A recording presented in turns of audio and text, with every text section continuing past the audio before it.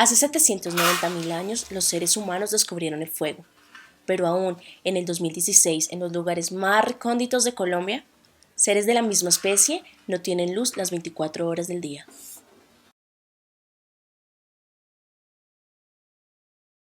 Jairo Pinto, padre, ingeniero, abanderado de los derechos humanos y preocupado por la sociedad colombiana.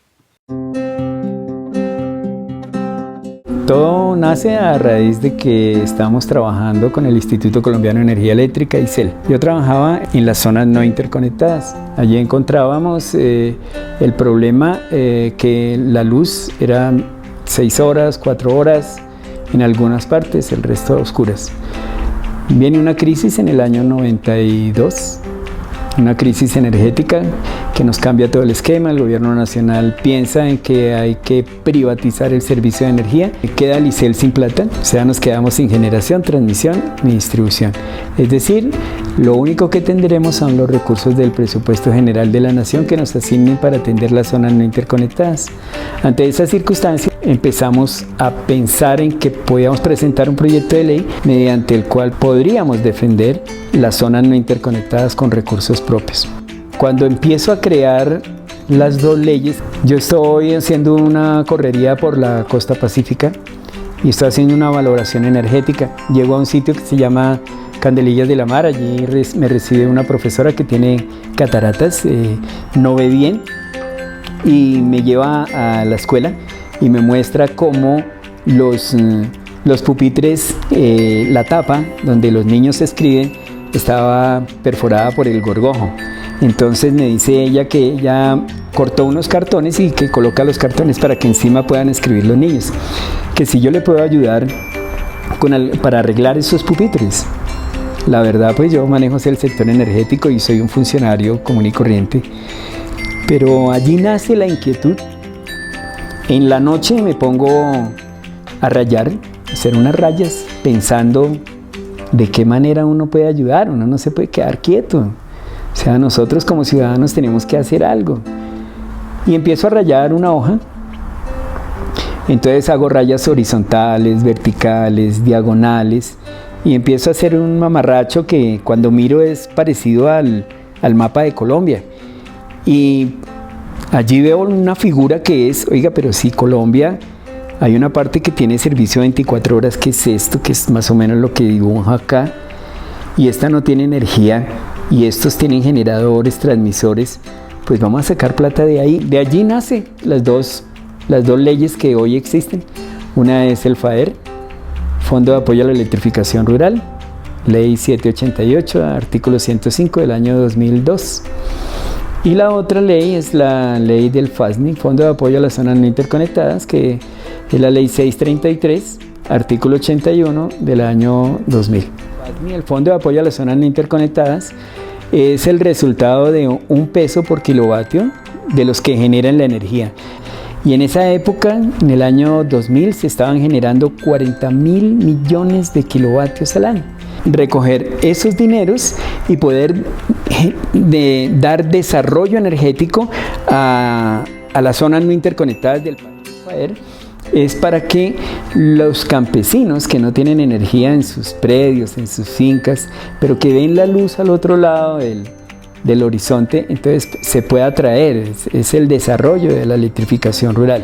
Esto es sin ningún interés absolutamente de nada. Esto es en beneficio de la comunidad, para beneficio de la comunidad. Y a Dios gracias, hasta este momento en lo que yo he investigado, se han beneficiado más de 1.400.000 familias. Esto lo hice como ciudadano, ni siquiera como funcionario del instituto, porque el instituto nunca nos dio este trabajo como algo misional. Fue algo particular que nacía de lo que yo quería hacer por la comunidad, por la sociedad.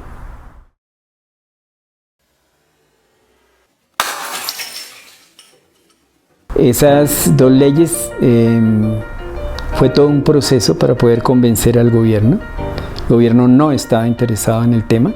Con el FASNI, yo fui a hablar con el ministro, en ese momento era Carlos Caballero Argáez, y él me atiende a las 11 de la mañana, un día X. Él me felicita, pero me dice, Jairo, qué pena, pero el presidente Pastrana no tiene contemplado esto dentro de su gobierno, por lo tanto no lo puedo apoyar.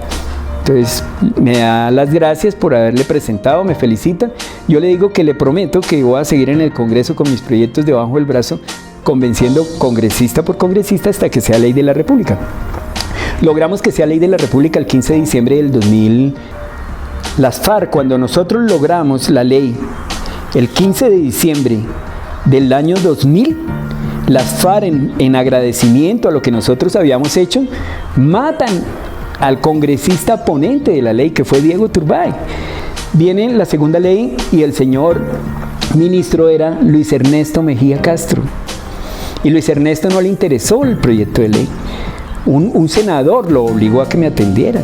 En una comisión le hizo el reclamo y el señor ministro me atiende y en 10 minutos me sacó de su despacho. Yo sigo en el Congreso tramitando mis leyes, consiguiendo firmas, y es cuando viene Hernando Tálora, un asesor de Gustavo Petro, y me dice que el ministro me necesita. Yo le digo que yo que quiero hablar con el ministro si el ministro no está interesado en el tema. Entonces voy a hablar con el ministro y el ministro me dice palabras textuales esto. Me dice: Jairo, noto que su proyecto ha cogido fuerza. Yo estoy dispuesto a firmar esa ley siempre y cuando este proyecto de ley sea mío. Yo le dije: ministro, desde que sea ley de la República, usted es el dueño del proyecto y creador del proyecto, cójalo.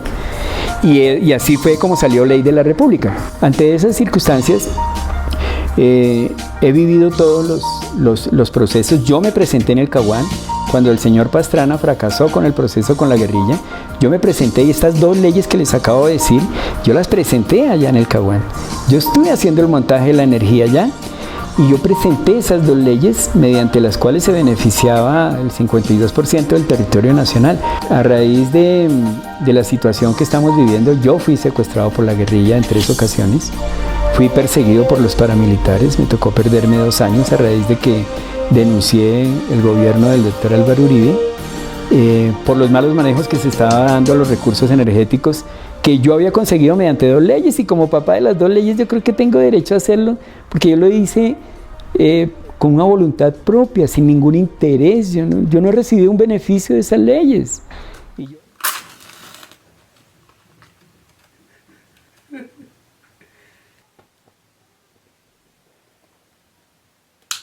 Sí, he continuado con el proceso. Estoy presentando un proyecto de ley que se llama Defensa de la Propiedad Privada en la Propiedad Horizontal, con el propósito de defender la propiedad familiar, la unidad familiar. O sea, que una persona no se pueda permitir que le embarguen su apartamento por una crisis económica, porque no tenga con qué pagarlo. La propiedad horizontal en Bogotá genera 540.000 empleos. Nosotros en la propiedad horizontal generamos más empleo que Ardila, Lule, Grupo Santo Domingo y Luis Carlos Sarmiento Ángulo.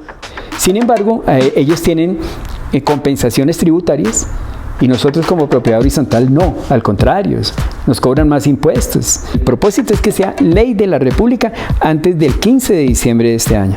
Y el segundo proyecto de ley es zonas regionales de transformación agropecuaria, que es para que el campo se industrialice, que el campesino tenga la oportunidad de volverse industrial del campo, eliminemos la intermediación que nos está matando. Ante esas circunstancias, tener unos recursos que los coloqué en el proyecto de ley. En el artículo 9 dice: los operadores de telefonía celular aportarán 1 segundo por cada minuto que el usuario final consume para el desarrollo de las zonas regionales de transformación agropecuaria. Esto indica que con los operadores de telefonía celular estaremos recaudando 854.000 millones de pesos al año para darle un verdadero desarrollo agroindustrial al campo. Eso es más o menos los proyectos de ley que tenemos.